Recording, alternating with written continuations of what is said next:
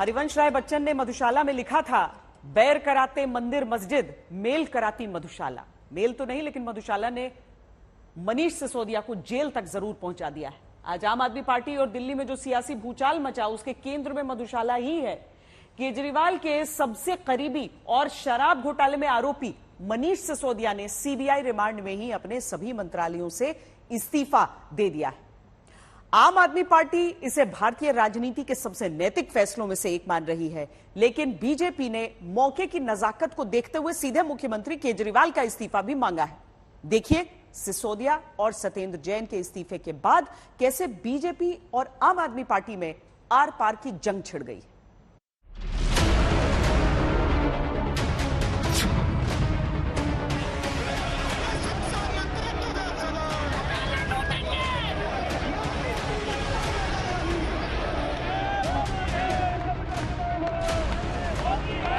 दारू का दरिया बहाकर आप अपने पैसे का दरिया समेट रहे थे। वो भारतीय राजनीति के कलंक है बीजेपी वाले। 3C केजरीवाल जी की पार्टी के लिए बोलना पड़ेगा, कट, कमीशन।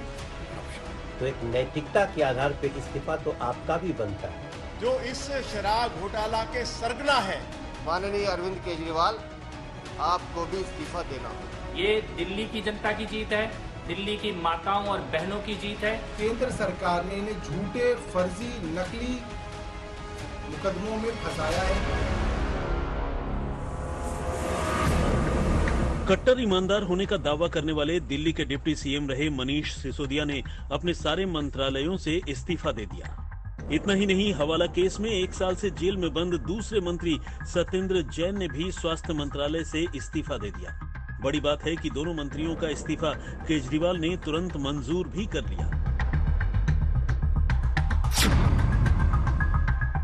केजरीवाल कैबिनेट में सिसोदिया की अहमियत ऐसे समझिए कि दिल्ली सरकार के कुल 33 विभागों में 18 मंत्रालय मनीष सिसोदिया के पास ही थे, जिसमें शिक्षा, वित्त, आबकारी, पीडब्ल्यूडी जैसे सभी बड़े मंत्रालय शामिल थे।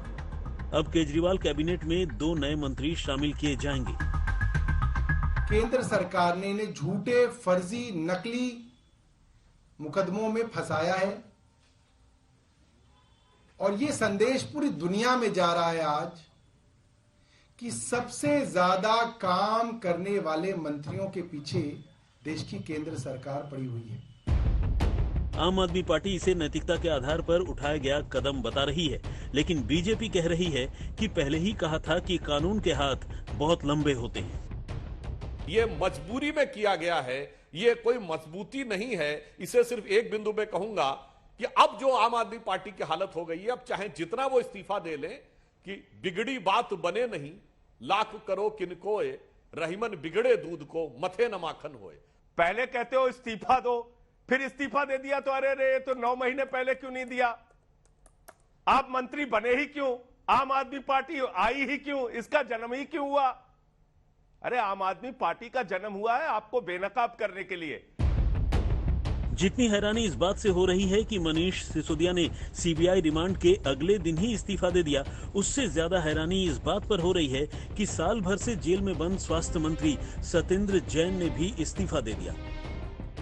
जब बीजेपी ने आप पर तंज कसा तो आप सांसद संजय सिंह तिलमिला उठे। अरे आम आदमी पार्टी का जन्म हुआ है आपको बेनकाब करने के लिए।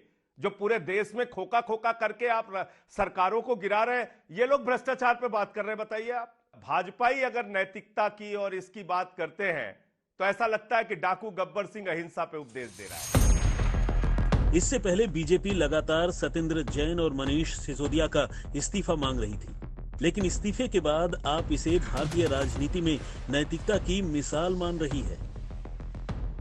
पूरी की पूरी आम आदमी पार्टी और पूरी की पूरी दिल्ली सरकार आम आदमी पार्टी का हर विधायक, हर पार्षद, एक एक कार्यकर्ता मनीष सिसोदिया जी और सत्येंद्र जैन साहब के साथ उनके पीछे खड़ा हुआ। बीजेपी दोनों मंत्रियों के इस्तीफे के बाद गदगद नजर आ रही है। बीजेपी पूछ रही है कि क्या ये इस्तीफे केजरीवाल ने खुद को बचाने के लिए दिलवाए हैं या शर्मिंदगी के बाद नैतिकता याद आई है। उनको संबल देने वाले आप ही हैं अरविंद केजरीवाल जी, तो एक नैतिकता के आधार पर इस्तीफा तो आपका भी बनता है। सुप्रीम कोर्ट की फटकार के बाद शायद आप भी जागे। दिल्ली बीजेपी तो कह रही है कि हर घोटाले के मास्टरमाइंड तो केजरीवाल ही हैं, इसलिए अब उनको भी इस्तीफा देना चाहिए। माननीय अरविंद केजरीवाल, आपको भी इस्तीफा देना होगा। आपको भी इस्तीफा देना ही होगा, क्योंकि इस पूरी शराब नीति के पीछे आपकी स्वीकृति थी, आपकी गाइडेंस थी। ये तो आज प्यादे शहीद हुए हैं, अभी आपकी बारी बाकी है। ये दिल्ली के लोगों की जीत है और अंत में जो इस शराब घोटाला के सरगना है, अरविंद केजरीवाल को भी अपने पद से इस्तीफा देना पड़ेगा। इस्तीफे के बाद मनीष सिसोदिया की एक चिट्ठी सामने आई, जिसमें उनका दर्द छलक उठा। उन्होंने लिखा, ये बहुत दुखद है कि 8 साल तक लगातार ईमानदारी और सत्यनिष्ठा के साथ काम करने के बावजूद मेरे ऊपर भ्रष्टाचार के आरोप लगे। मेरा ईश्वर जानता है कि ये सारे आरोप झूठे हैं।